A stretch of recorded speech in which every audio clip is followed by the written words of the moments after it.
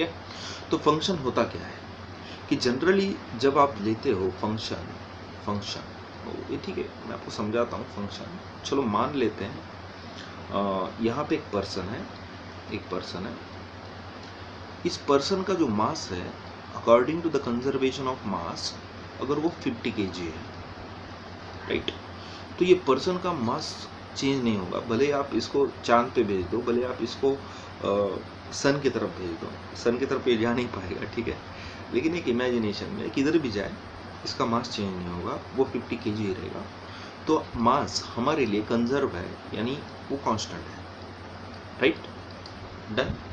But जैसे ही अगर चलो मान लेते हैं अब ये पर्सन की स्टेट ऑफ जो है स्टेट, फिलहाल के लिए पर्सन एक ही जगह पे, तो ये रेस्ट में है, राइट।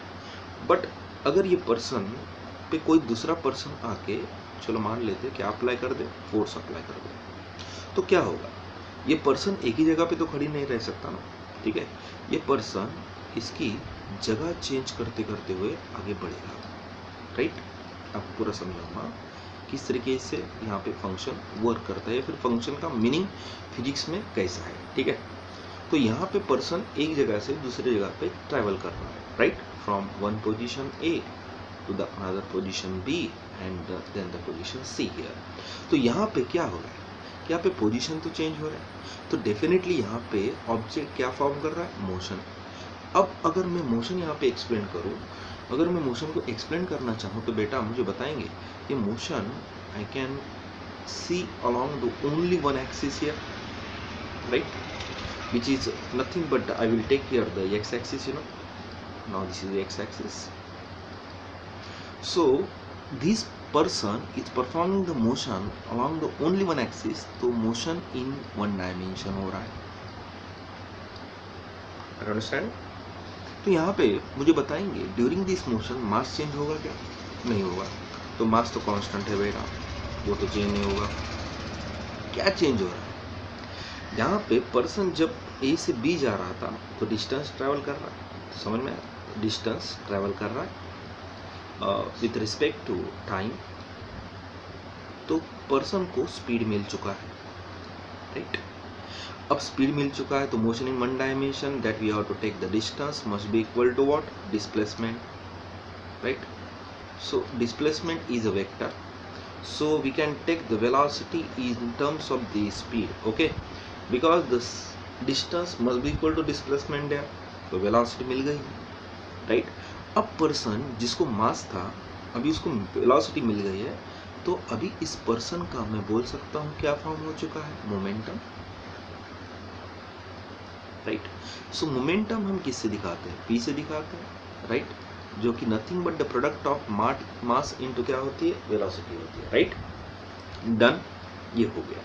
तो अब अगर आप देखते हो तो स्टार्टिंग में जो पर्सन रेस्ट में था तो उसका मास थोड़ी ना जीरो था, लेकिन उसका मोमेंटम जीरो था।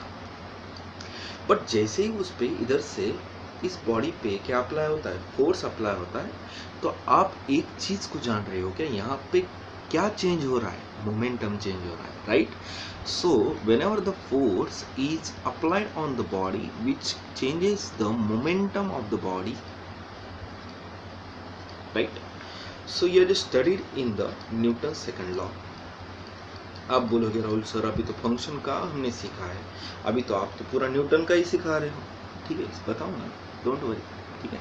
तो यहाँ पे अगर आप देखते हो तो force is equal to mass को मैं बाहर लेता हूँ और चेंज हो रहा है velocity with respect to what, time, so that represents the acceleration।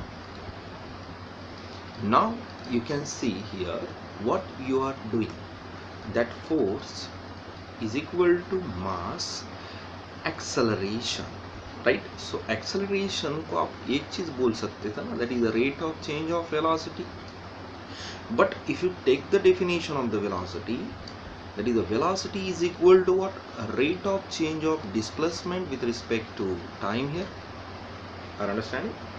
तो यहाँ पे मैं डबल डेरिवेटिव लिखा के फोर्स को रिप्रेजेंट कर सकता हूँ, that is a mass, that is a d square x by what, dt square। तो मुझे बताएंगे यहाँ पे फोर्स जो है वो थोड़ी ना कांस्टेंट रहा है, वो तो चेंज हो रहा है, राइट? तो force I can say it is a changing with respect to the x and with respect to the time during the motion. Are you understanding? So force is a function which has depends on the two variables. It is a x and t. Are you understanding? तो function की जब हम बात करते हैं तो function में तीन चीजें आती हैं। मास जो कि कांस्टेंट होता है, उसके बाद डिपेंडेंट वेरिएबल, उसके बाद इंडिपेंडेंट वेरिएबल, राइट?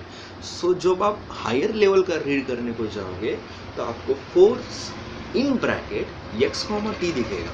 तो x stands for the displacement and t stands for the time.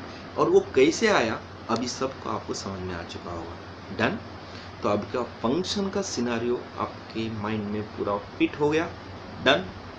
Okay, now we'll move on the classical mechanics here.